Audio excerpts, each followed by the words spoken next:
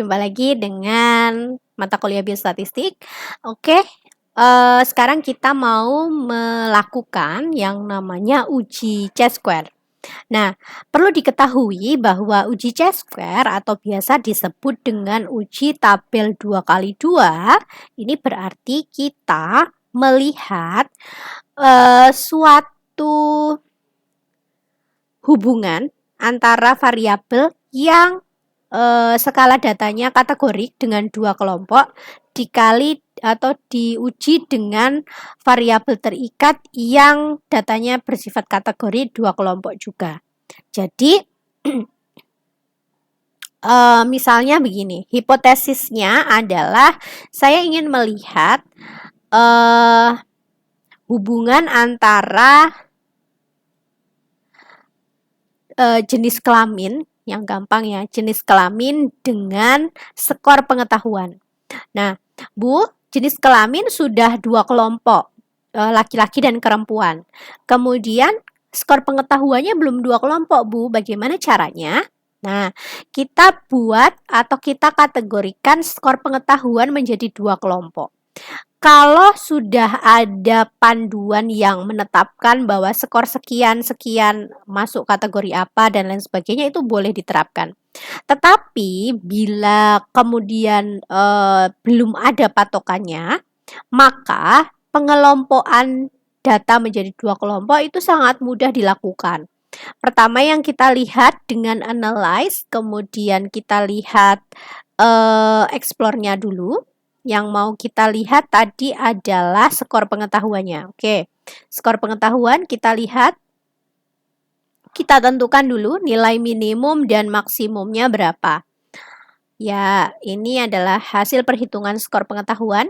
Nilai minimumnya 11, nilai maksimalnya 25. Berarti selisihnya adalah 14. Kalau selisihnya 14, 14 dibagi 2 itu ada 7. Berarti kita hitung dari 11 ditambah 7. 11, 12, 13, 14, 15, 16, 17, 18. Nah, dari 11 sampai 18 kita kategorikan buruk pengetahuannya. Dari 18 ke atas kita kategorikannya jadi baik. Berarti selanjutnya yang dilakukan adalah kita ke transform dulu. Transform, kita recode into different variable dulu. Yang mau kita recode adalah skor pengetahuannya. Nah, kita mau ganti jadi kategori pengetahuan. Kemudian kita change, jangan lupa. Kemudian old and new-nya dihapus dulu, old-nya. Nah, tadi batas tengahnya adalah 18. Berarti lowest-nya kita ke 18,00. Ketika datanya 18, berarti dia masuknya ke kategori 1 atau dia nanti kita value pengetahuannya buruk. Kemudian kalau dia di atas 18,01, berarti dia kedua, kategorinya adalah baik. Karena cuma 2. Kalau cuma 2 berarti yang dipakai berapa nilai tengahnya? Di lowest sama di highest aja. Tinggal di continue, kemudian di OK. Sudah ketemu, datanya sudah dibagi menjadi 2. Nah, sudah di kategori pengetahuan. Tinggal kita kasih 1 itu untuk pengetahuan buruk. Kemudian di add, lalu 2 itu untuk pengetahuan baik, lalu di add, lalu di OK saja. Nah, sudah ketemu. Sudah punya data 2x2. Kategori atau kelompoknya untuk jenis kelamin ada 2, laki-laki dan perempuan. Pengetahuan itu ada 2, baik dan buruk. Selanjutnya kita akan melakukan uji C-square.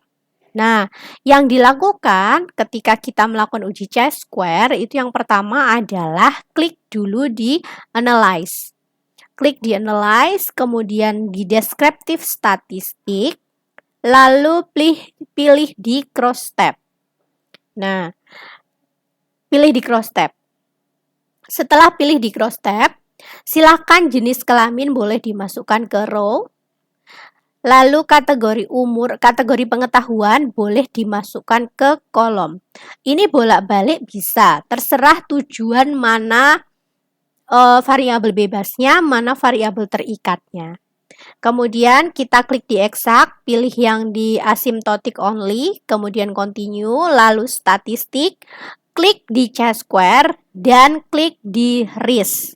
Karena uji statistik atau uji chi-square ini punya fungsi dia bisa membuat estimasi, risk estimasi, atau bisa memprediksi kayak iklan-iklan di Tropicana Slim atau diabetes itu loh, 5 kali terkena diabetes bla bla bla. Nah, itu bisa dihitung atau bisa ditentukan dari nilai atau hasil uji chi-square. Kemudian pilih di continue.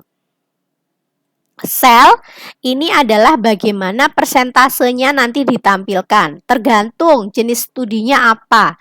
Kalau memang studinya adalah kasus kontrol, itu pakai row. Kalau cross seksional itu boleh pakai kolom, atau tergantung dari kebijaksanaan dosen atau literatur yang dibaca masing-masing. Ini relatif tidak terlalu signifikan. Kemudian pilih di continue, lalu di OK. Nah, ini adalah hasilnya. Nah, sebelum membaca hasil, selalu diperhatikan bahwa ini, jika hasilnya 0 sel bla bla bla bla, ini compute 2 kali 2, maka yang dibaca adalah di sini. Bukan di percent chi-square-nya ya, tapi di continuity correction. Di ini. Asymptotic significant to side. Ini di 0,427. Nah, kalau di ini, di huruf A kecil ini, tidak 0 sel, jadi ada sel yang isinya 0, ini berarti dia harus dibaca di Fisher exact test. Nah, dibaca di sini. Nah, ini adalah risk estimate. Ini adalah kolom yang menampilkan hasil dari perhitungan resikonya. Berarti ini 1,320.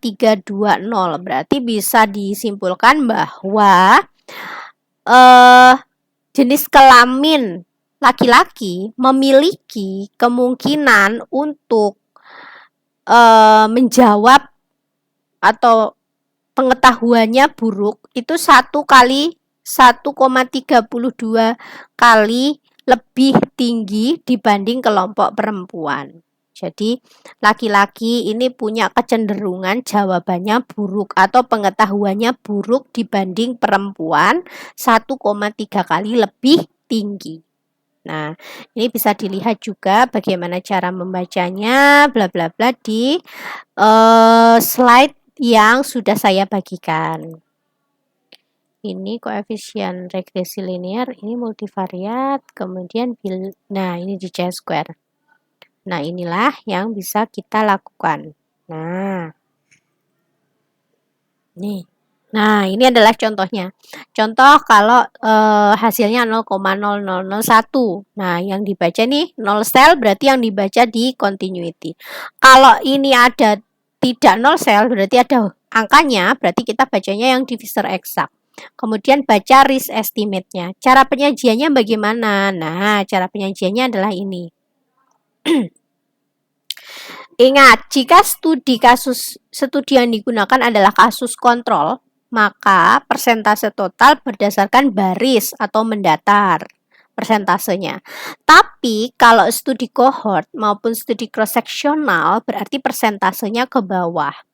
Dan selalu diingat bahwa yang ada di bagian kiri paling atas itu adalah yang beresiko dan terpapar. Nah, yang buruk-buruk itu berarti dia di kiri bagian atas. Makanya ini tulisannya adalah riwayat ASI eksklusif, yang tidak berarti dia yang beresiko terhadap stunting. Stuntingnya iya berarti dia di kiri. Nah, dari sini cara menyajikannya, ini disajikan hasil cross tab-nya, kemudian nilai P-nya, dan juga nilai OR-nya. Setelah itu deskripsikan atau diinterpretasikan. Dengan menggunakan uji C-square diperoleh nilai P kurang dari 0,001, artinya dia kurang dari 0,05, sehingga dinyatakan terdapat hubungan antara riwayat pemberian ASI eksklusif dengan kejadian stunting pada balita. Proporsi subjek yang memiliki riwayat ASI eksklusif pada kelompok stunting lebih besar dibanding kelompok yang diberi ASI eksklusif dengan odds ratio 1,8. Hal ini menunjukkan bahwa balita dengan riwayat ASI eksklusif akan memiliki resiko 1,8 lebih rendah menderita stunting dibanding balita yang tidak diberi ASI eksklusif. Begitu cara penyajian dan cara analisis statistik dengan metode C-square. Perlu diingat, C-square tidak perlu melakukan uji normalitas. C-square untuk studi kasus kontrol, persentasenya berarti mendatar, baris. Kalau studinya cohort dan cross-sectional, persentasenya berarti dia ke bawah. Oke, begitu untuk uji C-square. Selamat belajar!